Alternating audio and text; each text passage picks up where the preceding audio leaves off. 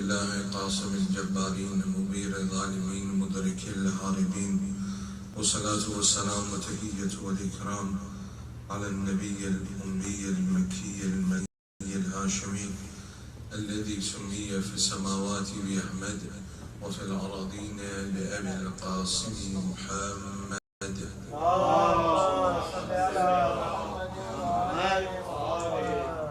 وعلى أهل بيته الأطيبين الأطهرين سيما أولهم أمير المؤمنين وآخرهم بقية الله في الأرضين روحي وأرواح العالمين لتراب مقدم الفداء ورحمة الله على محبيهم ومواليهم وشيعتهم أجمعين ولعنة الله على أعدائهم وقتلتهم وغاسل حقوقهم ومنكري فضائلهم ملعونين.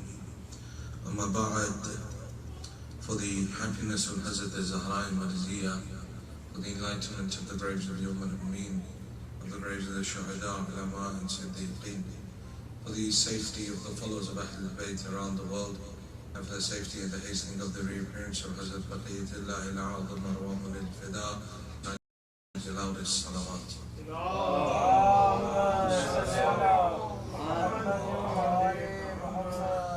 All praise is due to Allah subhanahu wa ta'ala, the Rahim, one that has given us another opportunity to observe that ibadat that allows us to gain that proximity to Him. And as each and every day progresses, there should be a level of progression, a level of change, a level of development within myself. If I'm exactly the same as at the start of Shahr Ramadan, if there isn't anything that I've changed except that I'm hungry more often than I was before, then so far I've wasted the holy month. If, however, I've managed to find time to recite more Quran, I've managed to find time to recite Salat al-Layl, I've managed and I've found the time to recite Namaz al-Ghufayla, recite some Nawafil, recite various tasbihs, and I've changed myself in some way, shape or form, and I'm more different to what I was at the start of the holy month, then I'm progressing, then I'm changing. Because this holy month is all about change, it's all about that progression. A progression that I said on the first day started in Rajab. You know, that spiritual journey is started in Rajab. It reached a midpoint on the 5th of Sha'ban, and it will reach its perfection on Laylatul Qadr. Laylatul Qadr is that when that destiny is written on the 19th format, on the 21st again it's sealed or it's compiled, and on the 23rd it is sealed with the signature of the Hujjah of Allah upon the earth. That is that journey that we're on, and we have to try and maintain that. Every day has to change. I mean, generally, you know, one of the reasons that we find like sadness, or we find people are upset or they're depressed with their lives, is the monotony of their day-to-day life. Their life is exactly the same, day in, day out. And you find many people complain about it. They say, you know, there's nothing different in my life. I get up in the morning, I go to work, I do this at work, and then I come home, I eat, and then I sleep, and then I wake up again the next day. And my whole life is the same cycle over and over. That is depressive. And then that same cycle of work now becomes the depressive cycle that takes a person towards that sort of mental illness. And Islam is totally against that. It's against the repetitive cycle. Because the narration says that the mu'min's day, no 2 days of the mu'min are exactly the same. Each day that follows the previous day is in some way different. And that's more in reference to our spiritual development. That each day we somehow push ourselves that little bit further.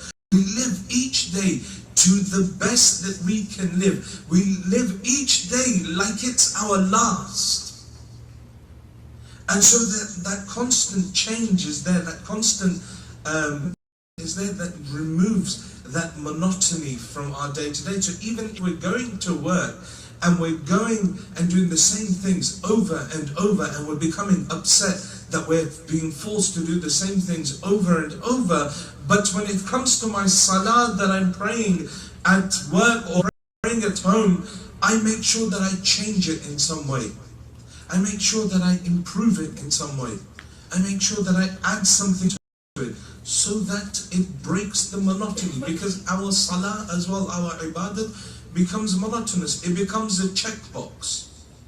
We have like a checklist. Okay, on Laylatul Qadr, do this, we need to do this, we need to do this, we need to do this. And that for us, if we don't do that checkbox, we haven't completed Laylatul Qadr. You know, we have the 100 rakat salah. We have 100 rakat salah for Laylatul Qadr.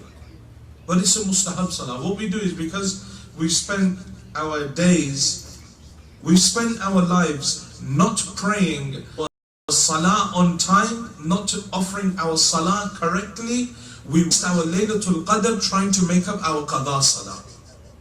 And that is genuinely, we waste our Laylatul Qadr trying to make up the qada salah because we were too lazy during the year to pray our salah on time. So now Laylatul Qadr comes, now I waste my time trying to make up qada salah.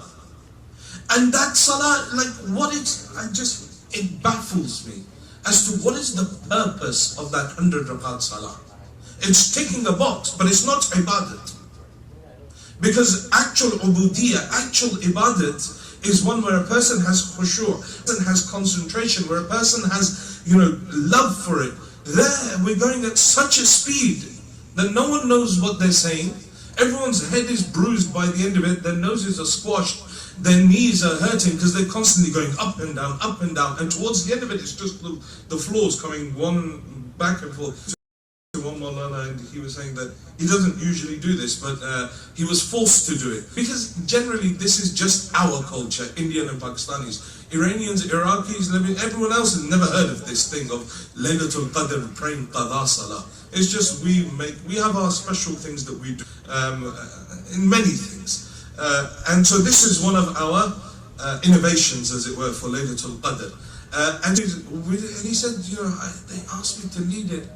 And by the end of it, he goes, I didn't even know where I was. Forget everyone else behind me. All I just saw was the floor coming up and down, up and down. And that's all I could see. I just had tunnel vision of the place where I was doing sajda, and I was going at such a speed that, what worth is that ibadat? Of what purpose is that ibadat?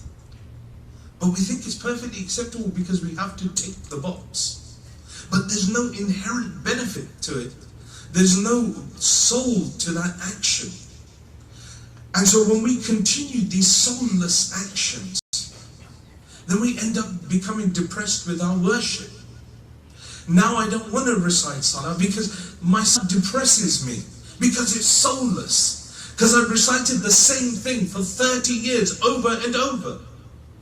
If for 30 years all I've done in ruku' is Subhana Rabbiyal Azim wa bihamdih, or all I've done in sajda is Subhanallah, Subhanallah, Subhanallah, Subhana Rabbiyal A'la, Hamdeh. Well, if I'm just reciting that, and I've done it for the last 30 years, obviously I'm going to become a ghafil. I'm going to go into autopilot. And then I'm going to realize, actually, wait, I'm not even, I'm on. Where am I in the prayer? It's like when you do the daily commute to work. Yeah? Those of you that have worked in the same place for over a year, even after like 2 or 3 months, you do the commute. You get up in the morning, that same old thing, maybe you stop for a coffee on the way, you pick the coffee up, and you drive. And the first day, second day, third day, by about the second or third week, sometimes you get to work and you're like, I don't remember here. I don't remember the route I just took. Because it's so accustomed, used to it, that I just go into autopilot. And I don't register. I don't register that I'm doing something different. So but the moment I take a different route, or the moment there's a traffic jam, Or, you guys call them traffic jams, right? Okay, that's fine. There's a traffic jam, or something in the road, and I have to change what I'm doing,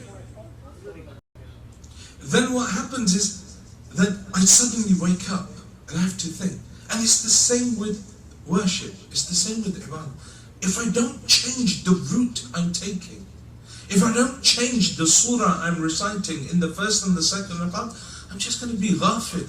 I'm going to be running on autopilot. So one of the ways to re-enliven your salah, one of the ways to make namaz, to allow you to concentrate again in your namaz, is to change it slightly. If you recite a certain dhikr, obviously the wajib dhikr you can't change.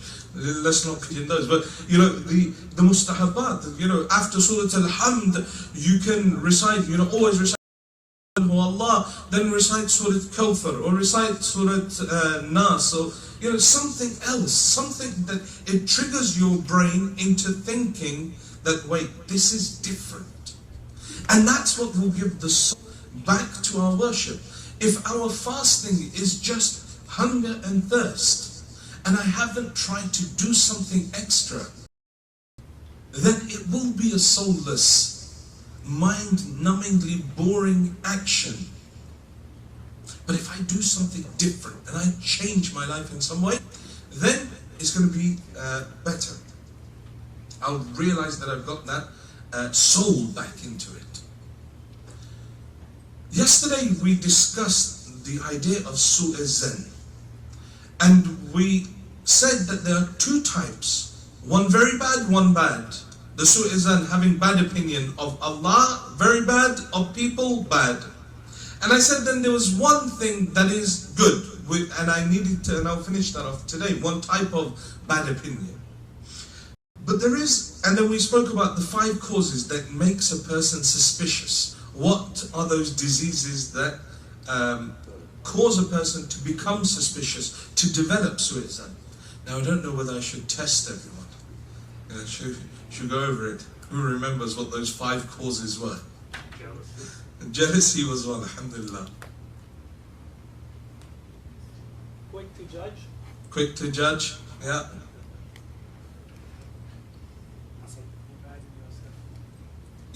Yeah, so you're quick to judge, you're jealous. Yeah, you're bad in and of themselves. They themselves are rotten to their core, so they see everyone else as bad. Now, the recording's up, so you can see what those other 2 were. So we spoke about those 5 causes, and there's something that should be known. Sometimes even people might have bad opinions of us, and we don't help ourselves. You know, we set ourselves up for the suspicions of people. You know, sometimes we walk around with someone that will make people think, oh, you know what, this person is like that person because this person is famous for this particular thing. And we get branded with them. Or, you know, we're in an area of town which is known to be of, you know, haram, and known for, you know, to be a place where you only go if you're going to go to a club or you're going to go to do something haram. And for some reason I decide to go to an area to get, I don't know, some sort of burger. You know, I'm setting myself up to be the target of people's suspicion. Sometimes the onus lies on us as well in what we do and how we act. You know, the Holy Prophet of Islam wasn't above this suspicion of the people. You know, there is a narration that he comes with his wife Safiya one day, and he leaves the home and she's with him. And there's a group of the ashab that are standing at a distance. And as he passes, the Holy Prophet begins to say loudly to them, "She's my wife, she's my wife." So that even the ashab, because obviously the ashab, they had, you know, there were some amongst them that were quick to jump to conclusions against the Holy Prophet, and would raise the Surah Hujurat is there, it's very clear. Oh, you who believe, do not raise your voices above the voice of the Prophet. Do not shout from outside his home and call him. Wait till he comes. So even the Holy Prophet would counter this. And so sometimes we're like, we don't care what people think. You know, I'm okay myself. But then when people starting rumors and having bad sort of opinions, suspicions about it, they're like, oh man, why do these people say this about me? So in order to relieve yourself, has a hadith, says, in order to relieve yourself of this disease of su'a zan, how do we remove this bad suspicion from ourselves? He says the first thing is to never act or bring to the fore your suspicious thoughts. If you have some sort of suspicion about someone, for example, I could look at those curtains and say, why did they draw the curtains today? I bet it's because Brother Mehdi wants to sit in that office there and, you know, go on. Now I can think it. He's looking at me now going, no, I'm not on my phone. No, he's not on this. So I can think it. But in order to remove this disease from myself that made me think bad of my mu'min brother, in order to remove this disease, the thought comes, I've just got to ignore it and move it away. Don't go and tell someone what I think. Or don't bring it out. You know, don't even bring it into action, into verbalization, nothing. Just the thought comes, get rid of it. And the Holy Prophet is how you remove it. So we said two types of su'a zan are bad. One with Allah, one with the people. The one type of su'a zan that is allowed and it is good, in fact, is with the self. Having bad opinion of yourself. When you look at your relationship in regards to subhanahu wa ta'ala. When you look at yourself and you analyze yourself and you think that, you know, in order to stop yourself from becoming proud, you know, how can I be proud? I've got this and this and this and people stand for me when I walk in, but they don't know what I am. And this is what all the du'as of Ahlul Bayt and du'a makarim al-akhlaq, we ask Allah subhanahu wa ta'ala, where Imam Sajjad, he writes in the du'a, he says, my Lord, he says, do not raise me in front of the people darajatan, by a level, unless you lower me its equivalent within myself. Until you lower myself. Do not allow people to praise me without making me more zaleel within myself, making me more humiliated within myself. I don't need to tell anyone, but the moment someone praises me, I need to remind myself that what are my sins, what are my flaws. And so that's why straight away, when someone praises you, or when we praise each other, make sure that we say Alhamdulillah, make sure we say MashaAllah, but at the same time, maybe an Astaghfirullah. That Allah, I'm not worthy of these words. And then a thanking towards Allah subhanahu wa ta'ala. That I'm not worthy of these words, this example that you've given me. And I know what sins I hold, but yet because of you, because of their good opinion of me, they do this. Allah to allow, and we have other du'as that say, Allah, the good opinion that people hold of me, make me like that. Says, make me like what they think I am like.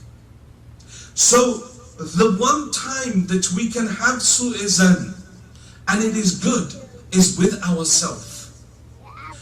We can have bad opinion of ourselves to lower us. You know, Amir al-Mu'mineen is sitting in Masjid Kufa. Ma ya Mawla Anta al-Azizu wa ana al-Dhaleel. You know, he's addressing Allah subhanahu wa ta'ala. Anta al-Qawiyyu wa ana al-Dha'if. Totally trying to compare and saying, Allah, you are this, I am this. Is that humbling yourself within front of Allah subhanahu wa ta'ala? That you are the Lord and I am the servant.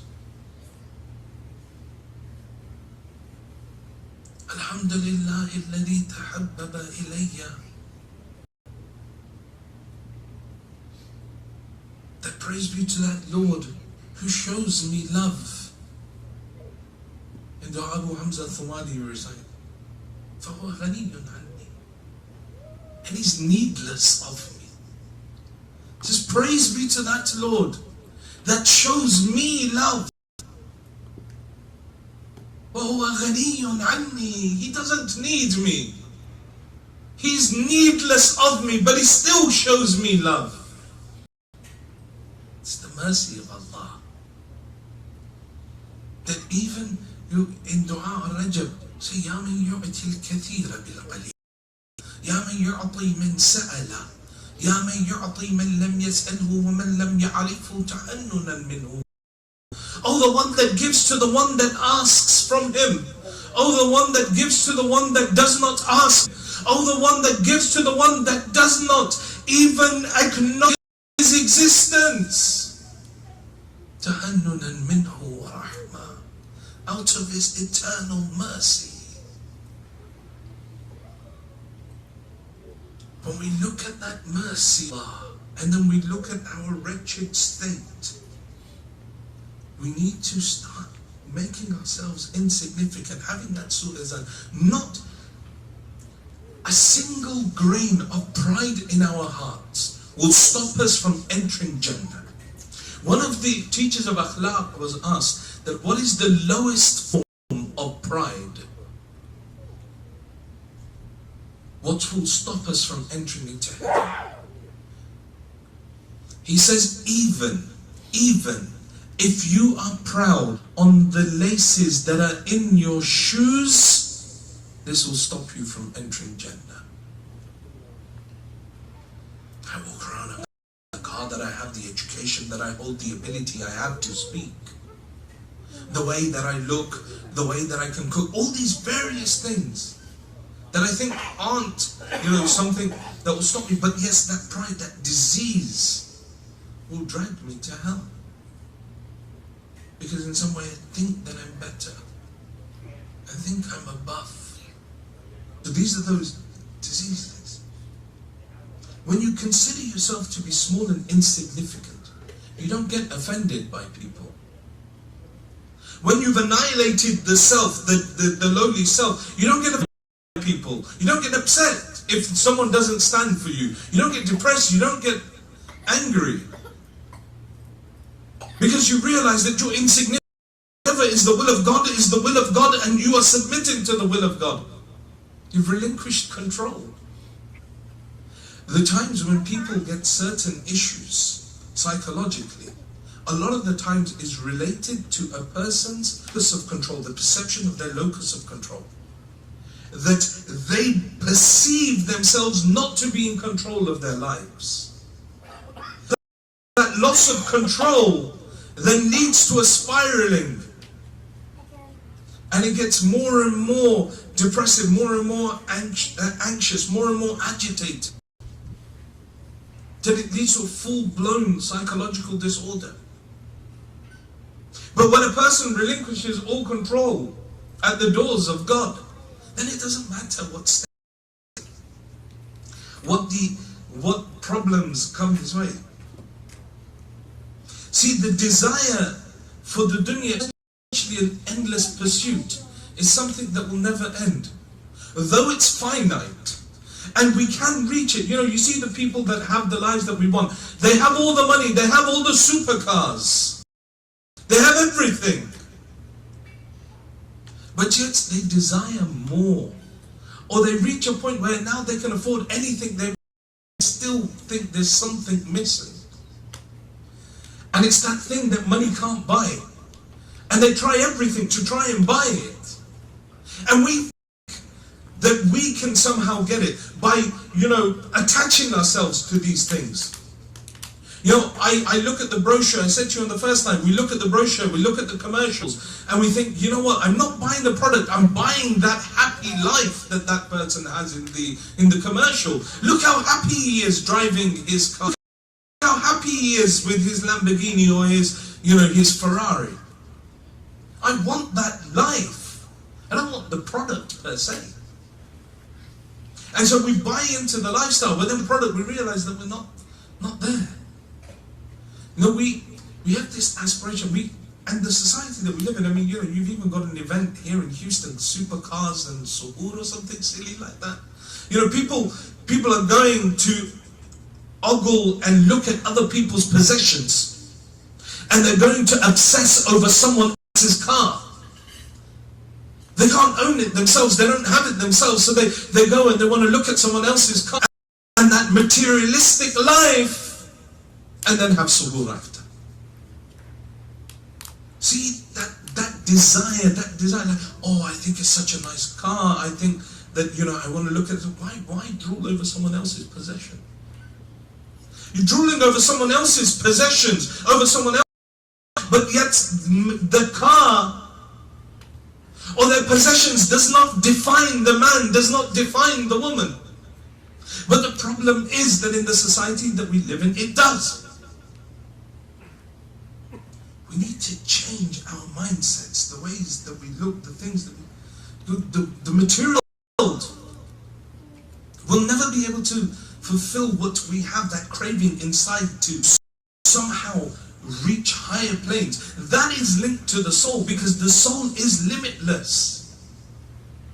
Because it comes from that realm of nafakhtu fihi min ruhi, that I blew part of my soul into. It becomes limitless. And so its ability to develop is limitless. Its time is finite. It is infinite. Our time is finite. But when you walk upon the path of the purification of the soul, then a person does not get fulfilled. They can never achieve its fullness, its full potential, but they never become upset. They never feel hollow, they never feel empty. They always feel satisfied. When things overwhelm us in life, and we turn back to Allah subhanahu wa ta'ala, we have this connection with Allah, we don't get overwhelmed. When things are really overwhelming for us in our day-to-day lives, the dhikr of la hawla wa la quwwata illa billah, that, I have control over this, I feel so overwhelmed about this situation. La hawla wa la quwwata illa billah. There is no power other than Allah. There's nothing. And instantly when I start saying that and I start believing it, then all those problems start slipping away. To look at hikmah number 208 of Nahjul Balagha, where Amir al-Mu'mineen, and it has a number of levels, inshallah we'll look at in the coming nights, we're not going to be able to finish it, we'll look maybe inshallah at the properly today. It says, من حاسب نفسه ربح ومن غفل عنها خسر ومن خاف آمن ومن اعتبر أبصر ومن أبصر فهم ومن فهم علم.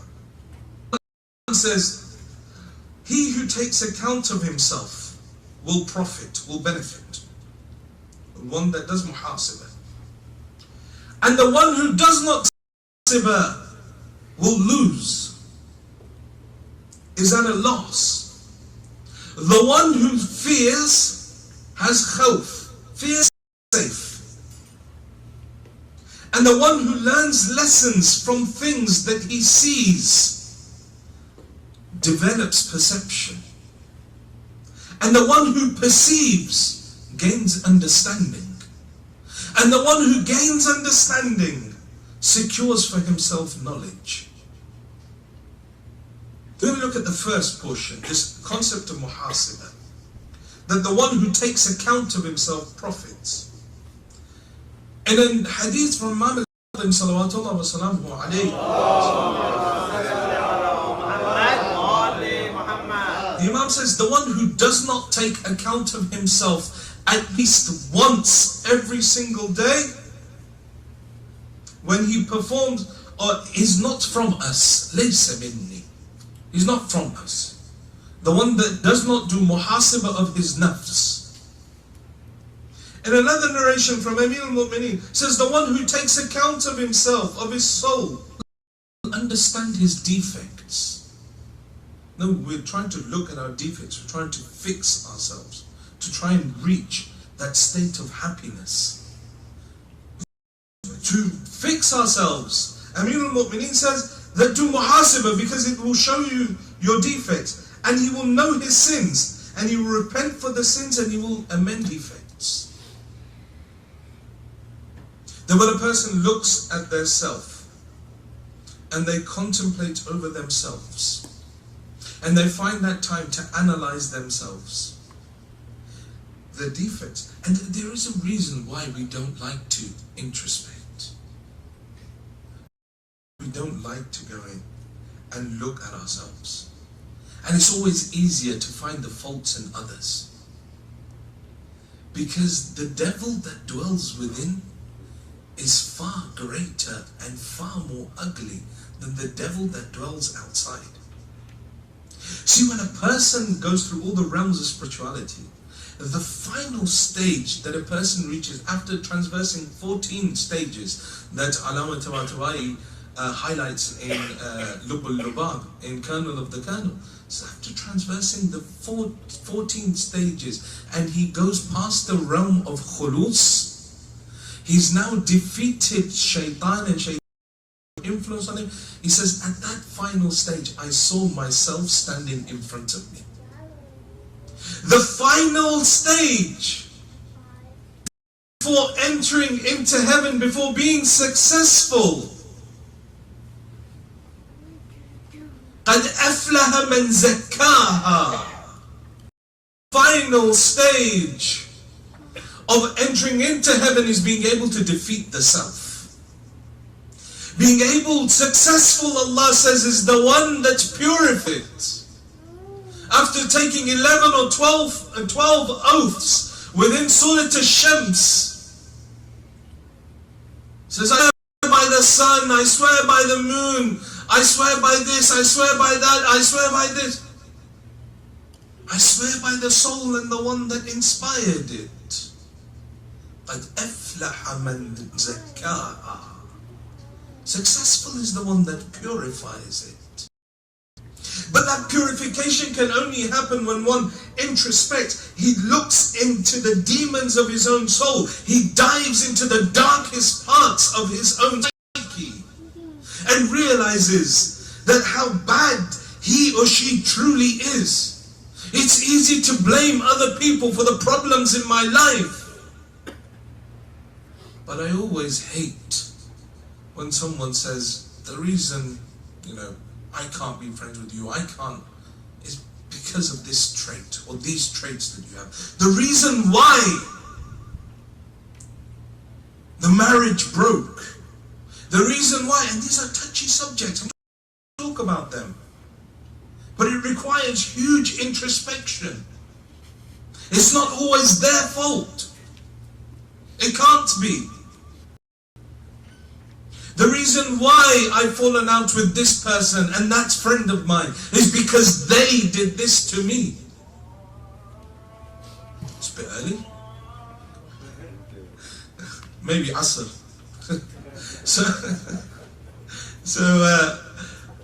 Because we try and look for problems within, or those problems, we try and find our problems or our defects within someone else. And we don't like to look, don't like being shown the mirror, that this is the reason why. And by and large, a lot of the times, the problems, the defects that we have, by introspection, by muhasabah, they start to surface. There's a very, very dark realm that exists with soul. And especially in Shahr Ramadan, we have this false sense of spirituality.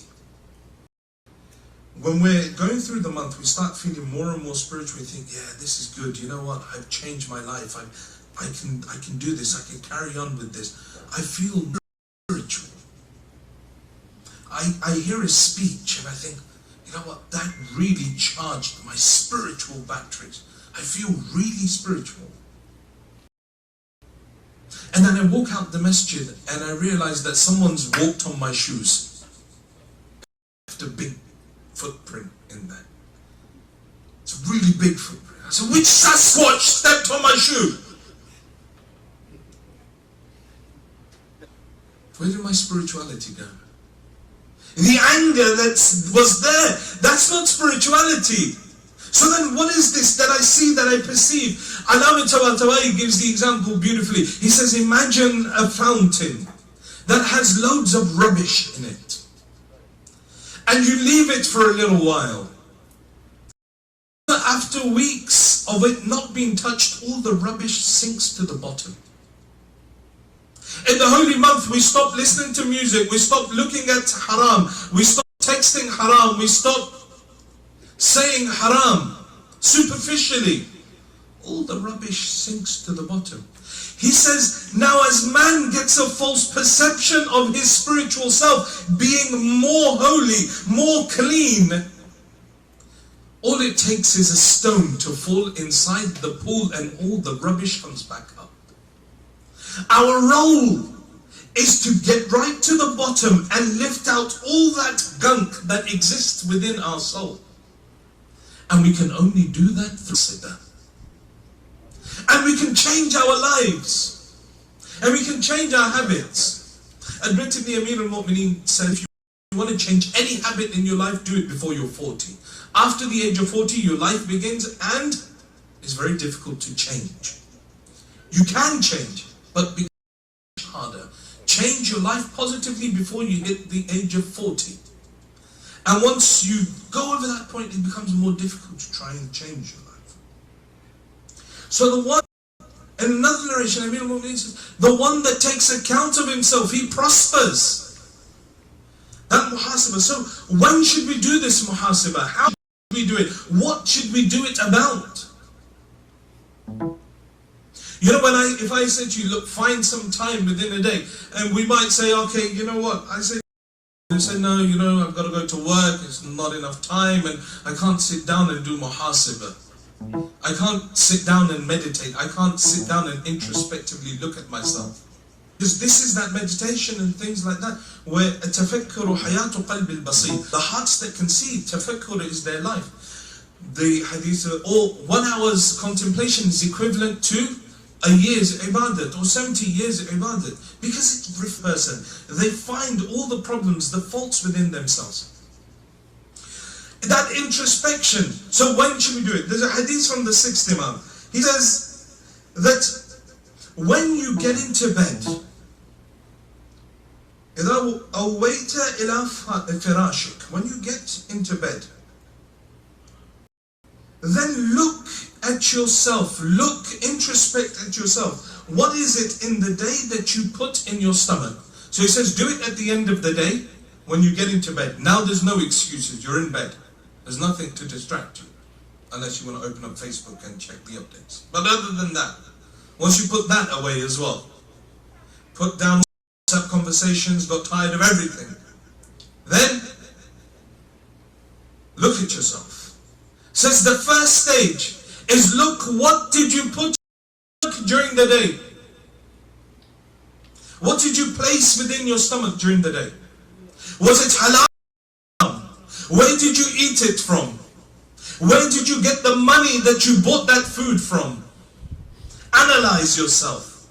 Was that money by me selling my car but lying to the person that brought it, saying, no, the transmission works fine, but I know 5,000 miles down the road that transmission is going to break? I sell it. Where did I get that money from? Where did I buy that food from? Oh no, they say their chicken's halal. What about their pork? No, but their steaks are really good.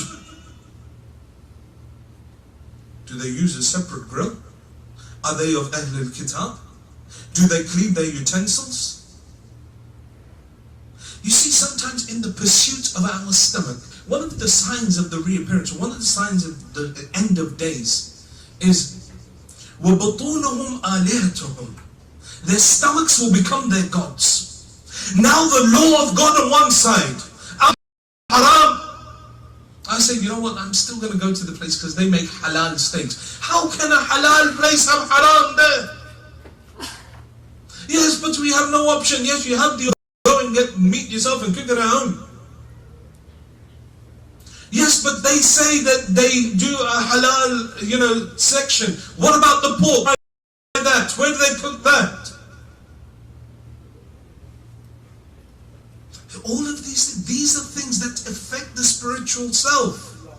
It's not just as easy as saying, oh, they said it's halal. Oh, they said it's zabiha or tahir or whatever you guys have here nowadays. It's not enough. The desire to follow the stomach makes a person drags him to kufr. On a path that he disrespects his Lord. He says, look at what you put in your stomach during the day.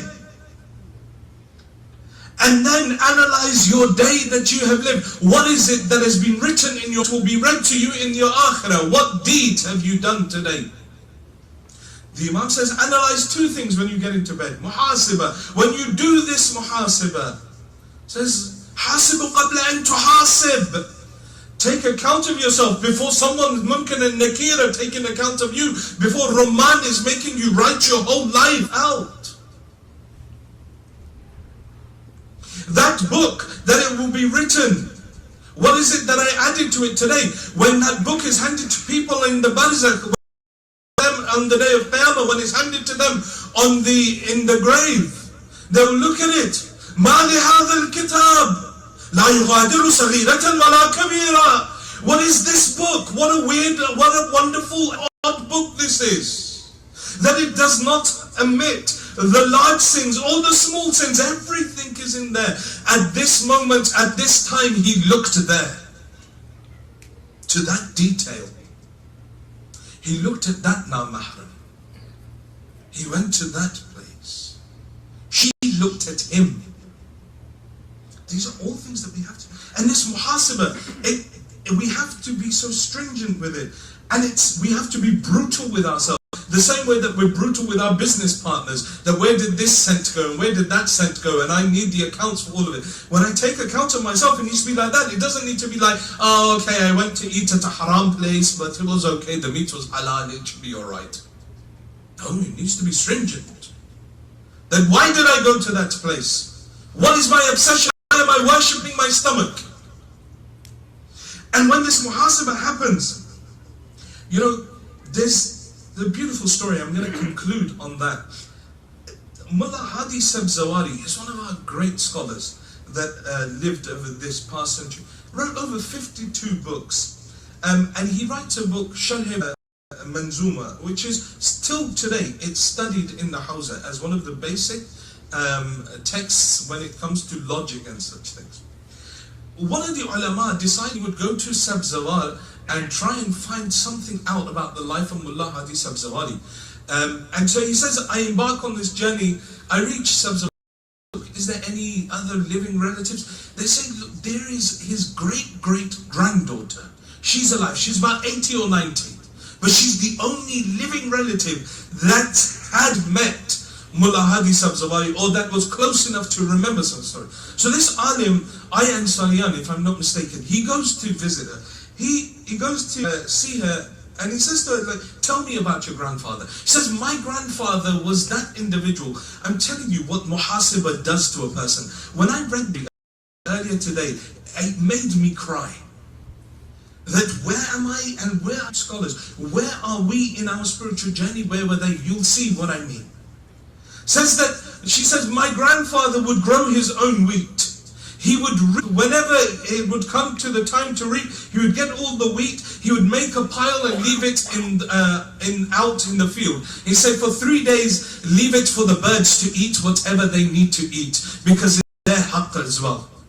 For 3 days, he'd leave the pile of wheat. Now when the birds had eaten everything, the wild birds had eaten whatever they wanted, then he would say, now the zakat from this.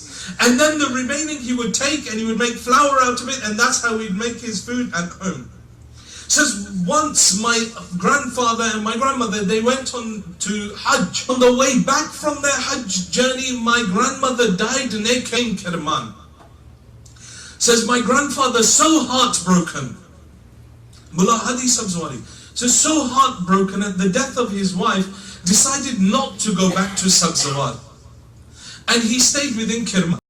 Mullah Hadi Sabzawari didn't used to wear an amama. He'd wear, you know, like in India and Pakistan, you see people that work in the fields, they have a rough cloth and they just sort of around their head just to protect themselves from the sun. That's how he would wrap his head, like a sort of makeshift amama like that.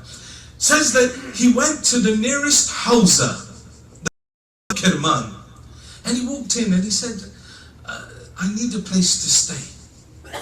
And the caretaker said, look, you know, person from the village, you probably don't know this, but this area was waqfed as a place only for the talib ilm, for those that are students of the religion. It's not for anyone. He says, yes, but I've got nowhere to go. He says, I was looking around and realized on the wall it was written that here the dars of Manzuma is also taught. The dars of Mullah, the book himself of him, is taught in this house. He says, I said to this person that, look, I've got nowhere else to go. What do you want? How can you help me in some way? The guy says, look, there's one place. There's one way that I can help you. Now, look, Mullah Hadi hasn't even told him, I'm Mullah Hadi Sabzwari, you're teaching my book in the Hawza, who do you think you are?